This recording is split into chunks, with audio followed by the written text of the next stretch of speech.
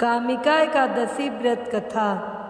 कुंती पुत्र धर्मराज युधिष्ठिर कहने लगे कि हे भगवान, आषाढ़ शुक्ल देवशयनी एकादशी तथा चातुर्मास महात्म मैंने भली प्रकार से सुना।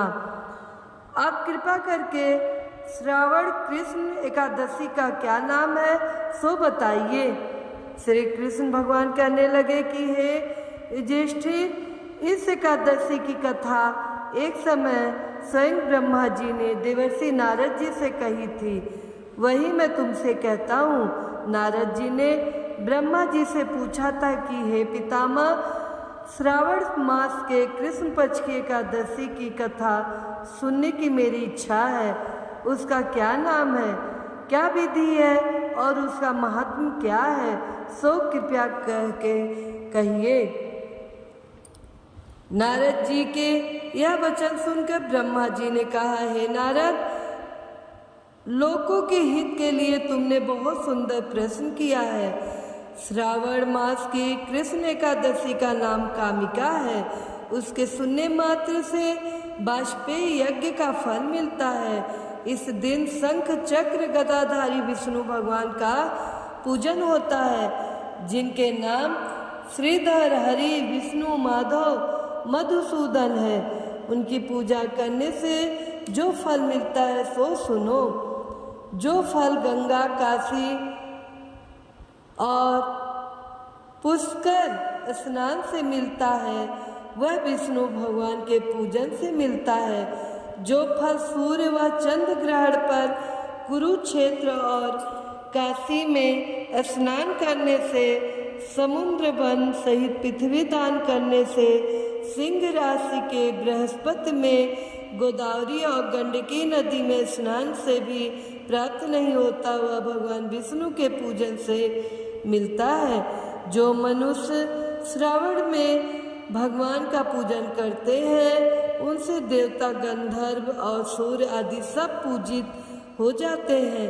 अतः पापों से डरने वाले मनुष्यों को कामिका एकादशी का व्रत और विष्णु भगवान का पूजन अवश्य में करना चाहिए।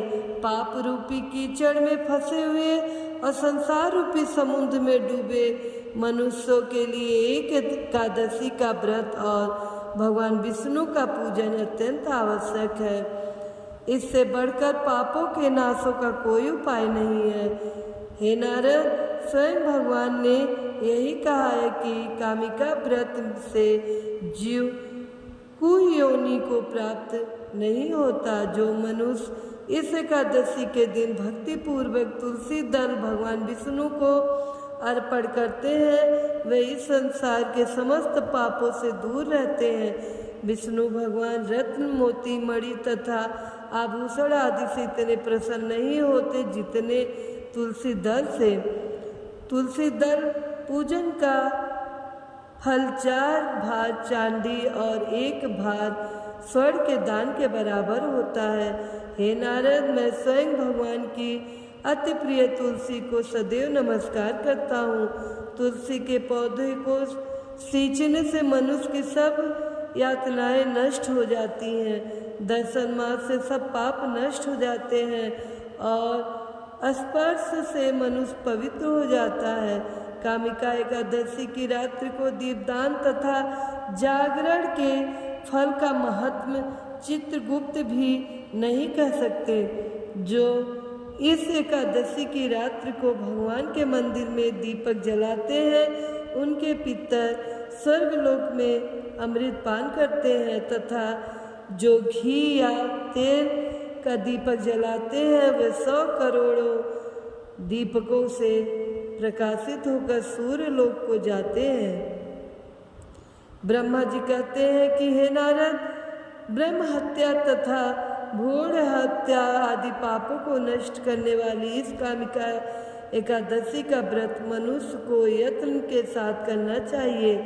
कामिका एकादशी के व्रत का महात्म श्रद्धा से सुनने और पढ़ने वाला मनुष्य सभी पापों से मुक्त विष्णु लोक को जाता है। कामिका एकादशी व्रत कथा। एक गांव में एक वीर क्षत्रिय रहता था। एक दिन किसी कारणवश उसकी ब्राह्मण से हाथापाई हो गई और ब्राह्मण की मृत्यु हो गई।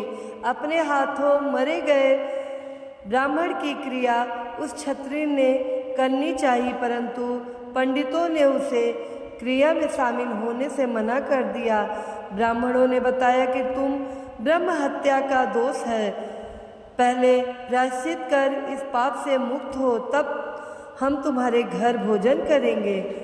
इस पर क्षत्रिय ने पूछा कि इस पाप से मुक्त होने के क्या उपाय हैं। तब ब्राह्मणों ने बताया कि श्रावण मास के कृष्ण पक्ष की एकादशी को भक्ति भाव से भगवान श्रीधर का व्रत पूजन कर ब्राह्मणों को भोजन करा के सदक्षिणा के साथ आशीर्वाद प्राप्त करने से इस पाप से मुक्ति मिलेगी।